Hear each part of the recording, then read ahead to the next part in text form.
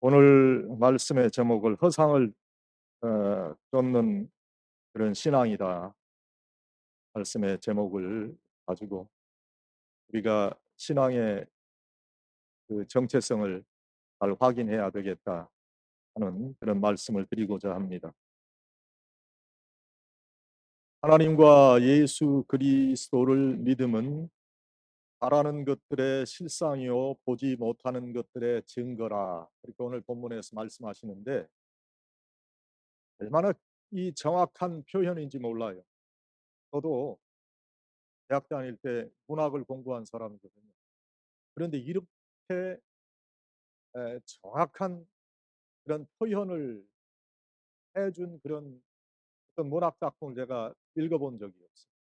그 표현이 너무 정확해요.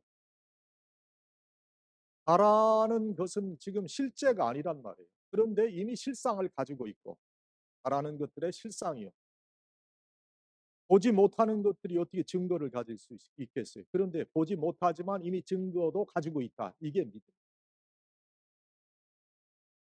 이 믿음은 우리의 생명을 안보하는 진리, 생명과도 바꿀 수 있다고 우리가 믿는 것이 우리 기독교의 진리다.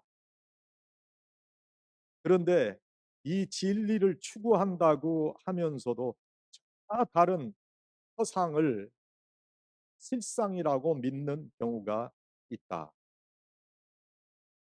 그래서 우리는 내가 진실이라고 믿는 현상이 실제적인 사실인가? 요즘 팩트라는 말을 많이 쓰잖아요. 이게 팩트예요. 실제적인 사실인가?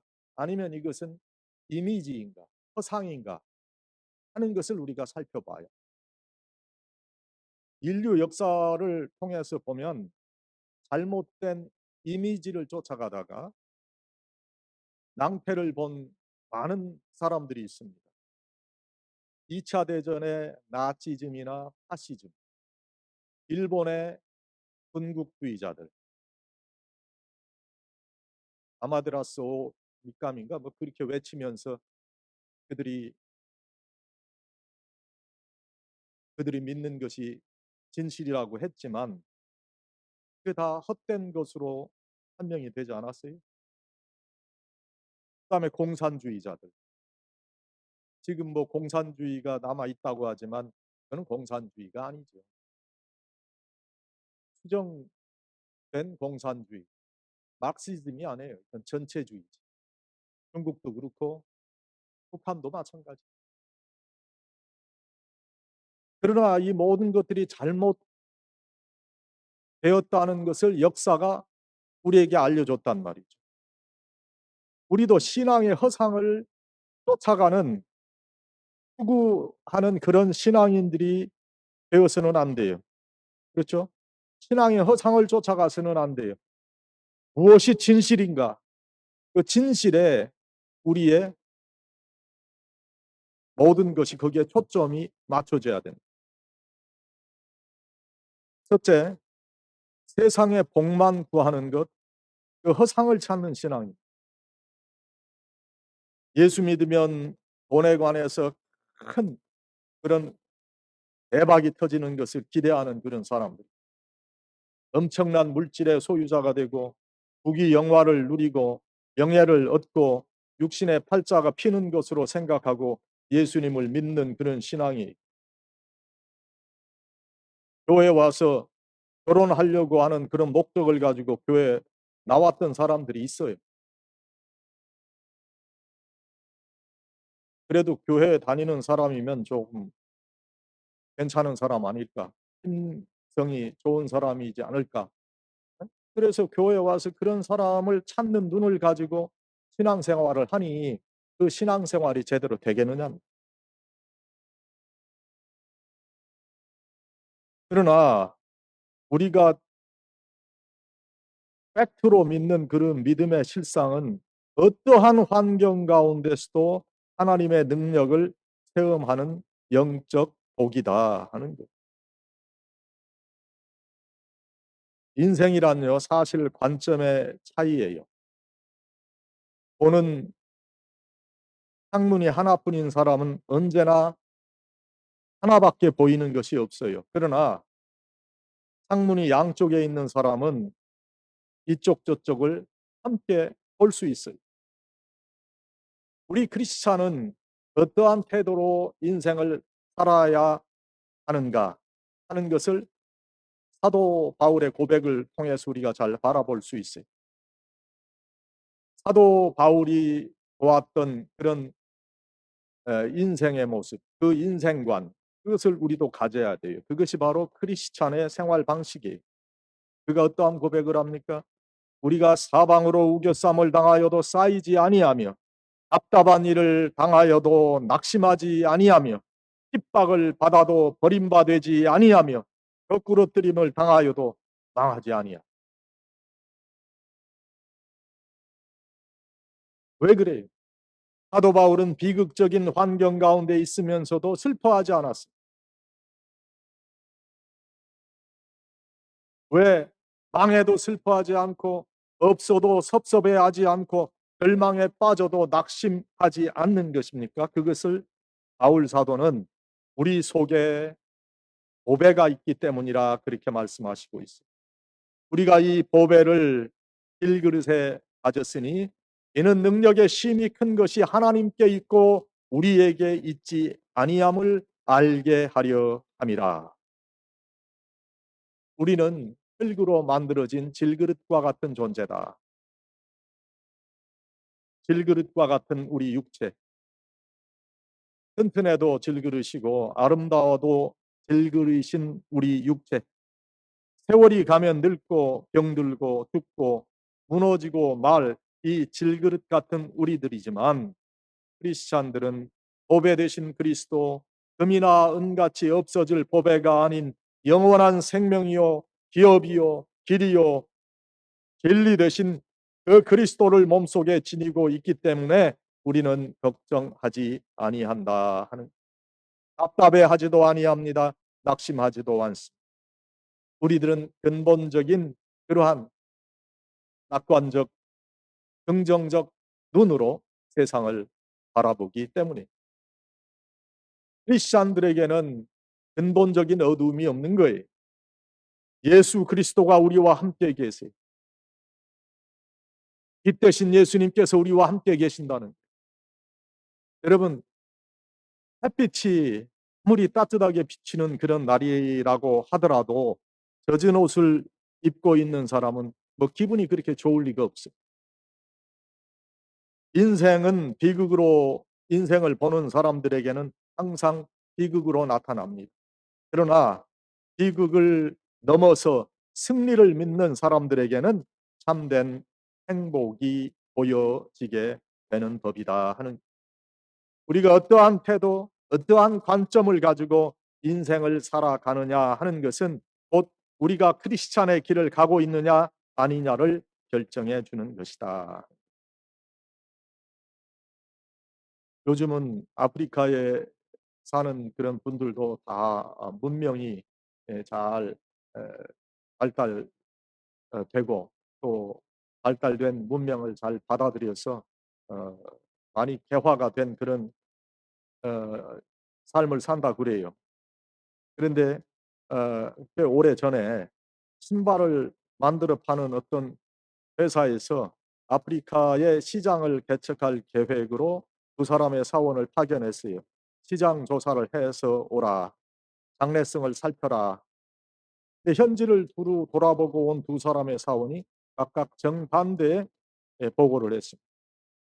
한 사람은 이렇게 보고를 합니다.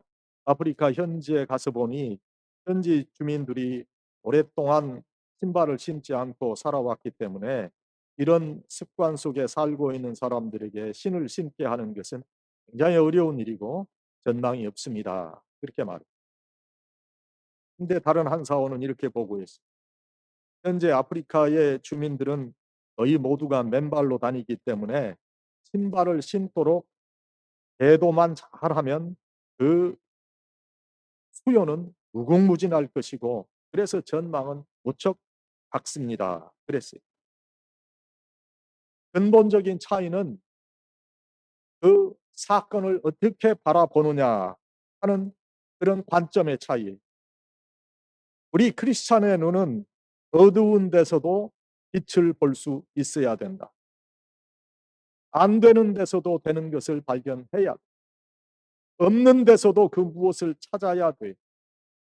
실패 자체만 보는 것이 아니라 그 뒤에 오는 승리의 여명을 볼 수 있어요.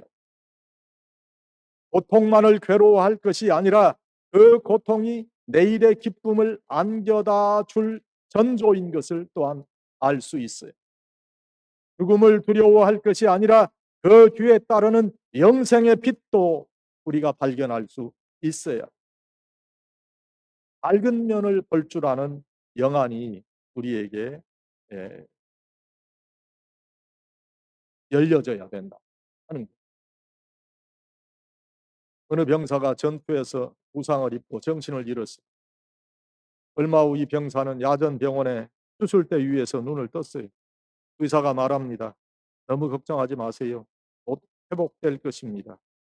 한쪽 팔을 잃었다고 해서 절망할 필요가 없습니다. 자기 팔이 지금 하나가 없어지게 된 거예요.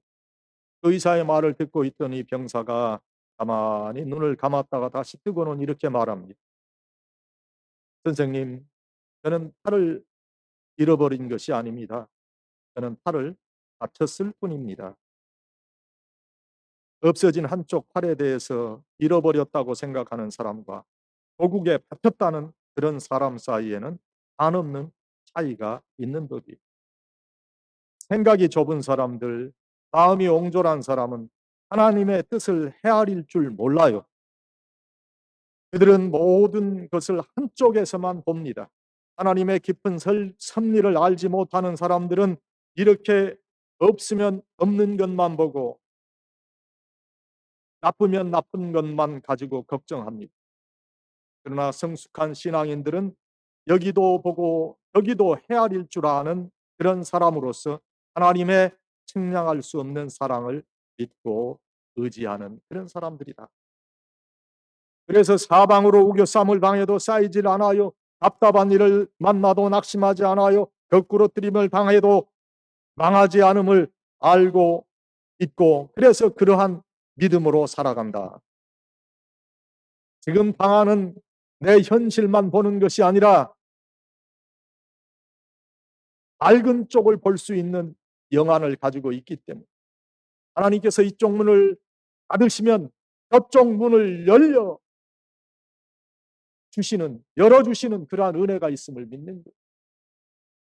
사방이 다 막힌다면 하나님께서는 하늘의 문을 열고 나와 함께 하시는 증거를 볼 수 있는 그 사람이 바로 이러한 믿음을 가지고 하나님을 의지하는 사람이다. 오늘 우리는 이러한 신앙의 자세를 가져야 될 줄 압니다. 정말 하나님께서 함께 하시는 사람으로 세상의 복만을 구하지 않고 영적인 귀한 사람으로서 살아갈 수 있는 그러한 사람들이 바로 하나님께서 원하시는 사람이다 하는 거죠. 그래서 영적인 귀한 은혜를 구하고 영적인 관점을 가지고 이 세상을 살아가야 되겠다.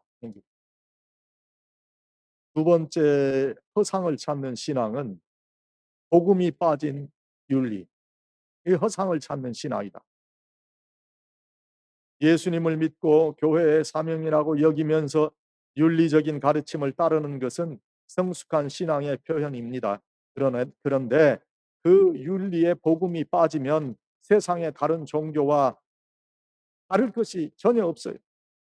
예수 구원과 보혈 영생이 빠진 윤리는 허상을 찾는 신앙이다.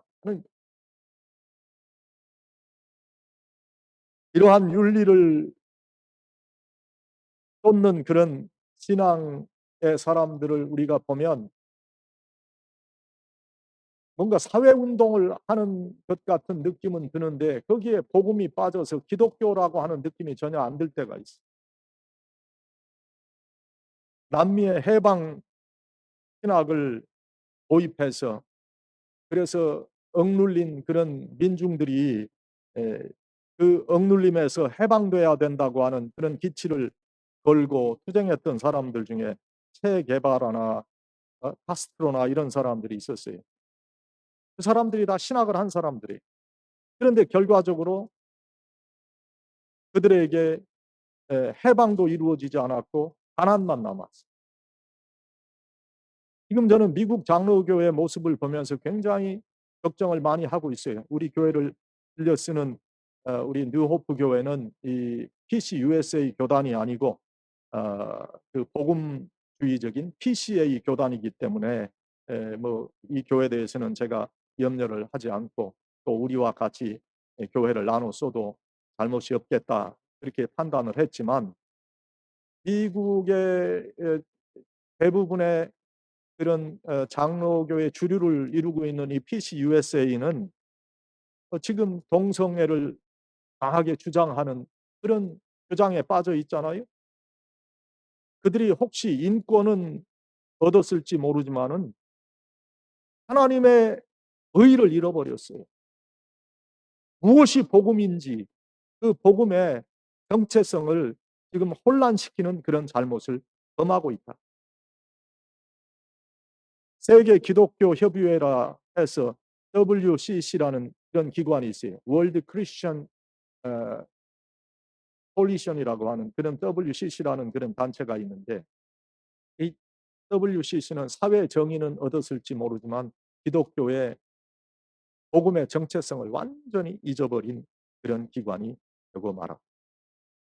정치적 비판도 좋고 사회 사업도 좋고 철학 강의도 좋지만 그것들은 세상 사람들도 얼마든지 할 수 있어요. 그러므로 꼭 해야 할 일은 오직 예수 그리스도만을 증거해서 사람들로 하여금 예수님의 보혈과 복음을 알도록 하는 거예요. 오늘 이 재단에 나온 여러분은 이미 은혜의 길에 들어섰어요. 이 길은 일생 동안 우리가 걸어가야 하는 그런 길입니다. 이 길은 축복의 길입니다. 이 길은 짐을 벗는 길입니다. 하나님은 우리에게 이 어려움을 넘어설 수 있는 귀한 평화와 기쁨과 즐거움과 안식을 주시기 위해서 우리에게 예비해 주신 그런 이 길을 우리가 잘 걸어갈 수 있어야 돼. 복음의 중요성을 우리가 잘 기억해야 돼. 우리가 무엇을 위해서 살아가는가? 복음과 영생을 위해서 하늘나라의 귀한 그런 소망을 가지고 살아가야 되겠다 하는 것이 바로 우리 기독교의 참된 믿음이다 하는 것. 이것이 실상의 그런 믿음이에요. 복음은 인간 사랑이지. 사람은 사랑이 없이는 사실은 살 수 없는 그런 존재입니다. 사람은 밥만 먹고 사는 동물이 아니라 사랑을 먹고 사는 동물이에요. 그래서 가장 중요한 것이 이러한 사랑을 우리가 어떻게 전하느냐. 예수 그리스도의 그 우리 인류를 향한 그 사랑을 우리가 어떻게 전할 수 있느냐 하는 것이 이게 중요한 거예요. 문제는 내가 하나님과 복음을 사랑하느냐 또 나는 지금 하나님의 사랑을 받고 있느냐 하는 거예요. 사랑의 대상이 중요하고 그 사랑이 구체적으로 어떻게 나타나야 하는가 그 방법을 우리가 잘 생각해 봐야 돼요. 기독교 윤리는 말보다 행동이 앞서는 거예요. 기독교 윤리는 결코 이론이나 논리가 아니고 복음적인 행동이다 하는. 누가복음에 보면은 예수님께서 참된 기독교의 사랑을 말씀해 주시면서 그 여리고로 가다가 강도를 만난 한 그 사람에 대한 말씀을 주신 게 있어요. 거기에 나타나는 사마리아 사람은 자기의 사랑을 설명하거나 뭐 설교하지 않았어요. 강도를 만나서 죽게 된 사람을 보고 상처에 기름을 바르고 싸매주고 자기 말에 태워서 병원에다 입원시켜 줬어요. 그는 이 모든 행동을 하는 동안 한마디 말하지 않았어요. 그리고 그 사람에게서 무슨 보답을 바라거나 후일에 갚아줄 것을 기대하지도 않았어요. 그저 행동으로서 묵묵히 사랑을 실천했어요. 사도 요한은 요한일서 3장 18절에 자녀들아 우리가 말과 혀로만 사랑하지 말고 오직 행함과 진실함으로 하자 그렇게 말씀해 주셨습니다. 또 보이는 형제를 사랑하지 아니하는 자는 보이지 않는 하나님을 사랑할 수 없느니라 그런 말씀도 주셨습니다. 사랑은 말에 있지 아니하고 행동에 있어요. 사랑은 주는 것이고 희생하는 것이고 봉사하는 거예요. 섬기는 거예요. 사랑은 인간에 대한 관심이에요. 다른 사람에 대한 그런 사랑이에요. 특히 나보다 약하고 연약한 사람에 대한 순수한 관심을 나타내는 것이 기독교의 사랑이에요. 다른 사람의 아픔을 보고 가만히 있지 못함. 다른 사람의 딱한 사정을 보고 모르는 채 하지 않습니다. 다른 사람이 잠을 못 자고 괴로워하는 것을 보고 가만히 있을 수 없는 심정을 가진 것이 바로 기독교의 사랑. 다른 사람의 외로움을 보고 눈을 감아버릴 수 없는 심정이에요. 다른 사람의 헐벗고 굶주림을 보고 나만 새 옷 입고 배부르게 먹지 못하는 심정이. 이것이 곧 사마리아 사람의 심정이었을 겁니다. 기독교 사랑은 한 인간이 다른 인간에 대하여 가지는 순수한 관심이라고 생각합니다.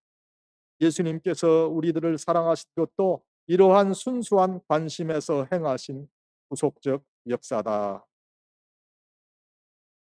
사랑하는 여러분, 허상을 찾지 마시고 예수 그리스도의 복음을 통한 우리 기독교의 사랑을 보여야 될 줄 압니다. 마지막으로 하나님의 품성을 담지 않으면 허상을 찾는 신앙, 하나님의 사랑과 은혜와 정의와 그리고 인격성을 깨닫는 자가 되어야 돼. 그리고 구원받은 하나님의 백성이 이 땅에서 살아야 하는 목적이 그분에게 영광이 되고 그분을 닮는 생활에 놓여 있어야 된다는 것을 항상 가슴에 새기고 살아야 된다. 그렇지 않다면 우리의 신앙은 허상을 찾는 신앙이 되고 말 것입니다. 여러분 믿음의 실상을 구하시기 바랍니다. 사도 바울은 주를 위해서 세상의 모든 것을 분포와 같이 여겼다 했어요. 세상 것을 사소하게 여길 줄 아는 데까지 우리의 신앙이 장성한 분량에 이르러야 합니다. 그때 영적 눈이 뜨여지고 하나님이 보이고 우리의 귀가 열려서 신령한 하늘의 소리가 들려지게 될 것입니다. 세상의 그것에 너무 여러분 관심을 두지 마세요. 사람은 마음먹기에 달렸다고 그랬죠. 인생은 한 번은 죽는다고 생각하고 내 자신에게 한번 물어보세요. 세상의 것이 그렇게 중요합니다. 우리 인생은 나그네라고 그랬습니다. 지나가는 행인이라는 거예요. 깊이 생각해 보면 우리가 귀히 여기는 그런 것들이 그렇게 대단한 것은 아닙니다. 그래서 육체의 정욕, 이 세상의 임시적인 것에 끌리는 마음을 제어할 수 있어야 된다. 그래야 예수님의 모습이 우리에게 나타날 것입니다. 세상을 사랑하는 마음, 육체를 위하는 마음, 이 세상에 머물고자 하는 마음, 그런 생각, 부질없는 생각에 매여서는 안 됩니다. 나그네가 주인 행세하면 그 참 볼품없는 짓이지요. 언젠가는 떠나야 할 그 사람이 만세반석 오래오래 있을 것처럼 결신하는 것도 그것도 잘못된 것입니다. 그래서 우리의 삶에 있어서 정말 예수님께서 우리에게 주신 겸손함과 온유함과 그리고 참으로 하나님께서 원하시는 섬기는 그런 귀한 마음을 가지고 우리가 살아가야 될 것입니다. 어느 선교사가 어 이제 그 인도에 갔는데, 인도에는 우리 한국 같이 예 언어가 하나인 게 아니라 그 어 수백 개의 언어가 있다고. 그래서 그 언어를 배워야 되기 때문에 이 선교사가 선교하다가 또 다른 곳에 가서 그 언어를 배우고 또 선교를 하고 그러는데, 이 언어를 배우는 것이 너무 어려웠어요. 그래서 그 새로 가는 마을에서 나에게 언어를 좀 잘 가르쳐 달라고 어떤 사람을 붙들고 간청을 했어요. "내가 돈은 달라는 대로 다 줄 테니까 나에게 이곳의 언어를 좀 가르쳐 달라.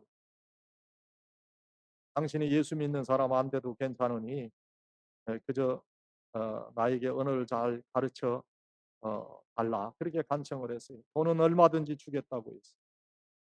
그래도 안 하겠다고 그럽니다. 그리고 하는 말이 "당신과 함께 있으면 기독교인이 안 된 사람이 없다는 거예요. 그런 거로 나는 안 하겠다." 이 선교사와 만나면 좌우간 누구나 기독교인이 되고 말았다고. 이 사람하고 말하면 누구나 저와 같아지고자 하는 그런 마음이 생겼다. 이 사람하고 가까이 하면 누구나 저를 닮고자 하는 충동에 끌리고 말았다. 여러분, 10년 예수 믿고 20년 예수 믿어 정말 내가 하나님을 믿는 자라고 내 자신에게 말했는데, 그런데 세상에서 나 좋다는 사람 한 사람도 없고 나를 통해서 예수 믿는 사람이 없다면 여기 문제가 있는 게 아닌가 하는, 하나님의 성품을 닮은 그런 사람으로 우리가 변화돼야 돼. 우리가 전도하지만 내 자신이 변화되지 않으면 전도의 역사가 그렇게 이루어질까 하는 생각을 해봐. 어느 분이 그랬대요. "목사님, 나 교회 안 나가요." 왜 그렇습니까? 우리 집사람이 천당 간다면 전 안 가겠어요. 오죽 답답하면 이런 말을 하겠어요. 여러분, 부디 예수 믿는 사람처럼 살아야 합니다. 예수 믿는 사람처럼 아름답고 거룩하게 살아야 합니다. 우리의 시간을 어떻게 보내려 하십니까? 남은 시간이 많다고 생각하지 마세요. 육체의 남은 시간을 예수님 닮은 사람으로 귀하고 겸손한 그런 마음으로, 양보하는 마음으로 살아가야 우리가 실상을 찾는 신앙인이 될 겁니다. 제가 한 예화를 여러분에게 알려드리고 말씀을 맺겠습니다. 한 노인이 스라의 세 아들을 두고 세상을 떠나게 됐습니다. 그런데 이 노인에게 유산은 말 17마리 뿐이었어요. 그래서 유산으로 큰아들에게 이 말 17마리의 반을 유산으로 남기고, 둘째에게는 3분의 1, 셋째에게는 9분의 1을 각각 가지라 유언을 남겼어요. 자, 여러분 계산을 한번 해 봐요. 17마리의 반이 얼마입니까? 8마리 반이죠. 3분의 1이면 얼마예요? 5마리 하고 반 좀 더 되죠. 9분의 1은 얼마예요? 2마리가 안 되죠. 1마리 하고, 근데 어떻게 그 말을 갖다가 나누겠어요. 그렇죠? 그래서 이 형제 셋이 밤잠을 안 자고 연구를 해 봤지만은 어떻게 나눌 방법이 없었어요.